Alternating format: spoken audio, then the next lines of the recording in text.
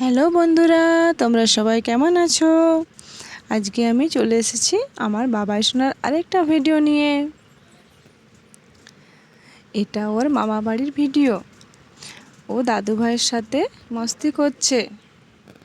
ও দাদু ভাইকে গাড়ি বানিয়েছে আর নিজে ড্রাইভার হয়েছে। দেখো, দাদু ভাইয়ের পাগুলোকে চাকা বানিয়েছে, গাড়িতে চাকা লাগাচ্ছে। অ্যাকচুয়ালি এটা 1-2 বছর আগেকার ভিডিও। আমি ভাবলাম তোমাদের সাথে একটু শেয়ার করে নিই। খুব মজার, তাই না ভিডিওটা? তোমাদের বেবিরাও কি এভাবে নিজের দাদু ভাইকে গাড়ি বানিয়ে পরে খেলা করে? কমেন্টে জানিও তো প্লিজ। দেখো, এবার গাড়ির পিঠে চাপবে। তারপর অ্যাকচুয়ালি ওর মামা বাড়ি থেকে নিজের বাড়ি দুর্গাপুর আসবে, সেই জন্য ও গাড়ি ঠিক করছিল। দেখো ড্রাইভারটাকে, দেখো কি দুষ্টু হয়েছে ও। আমার এই ভিডিওটা তোমাদের কেমন লাগলো কমেন্টে জানিও তো।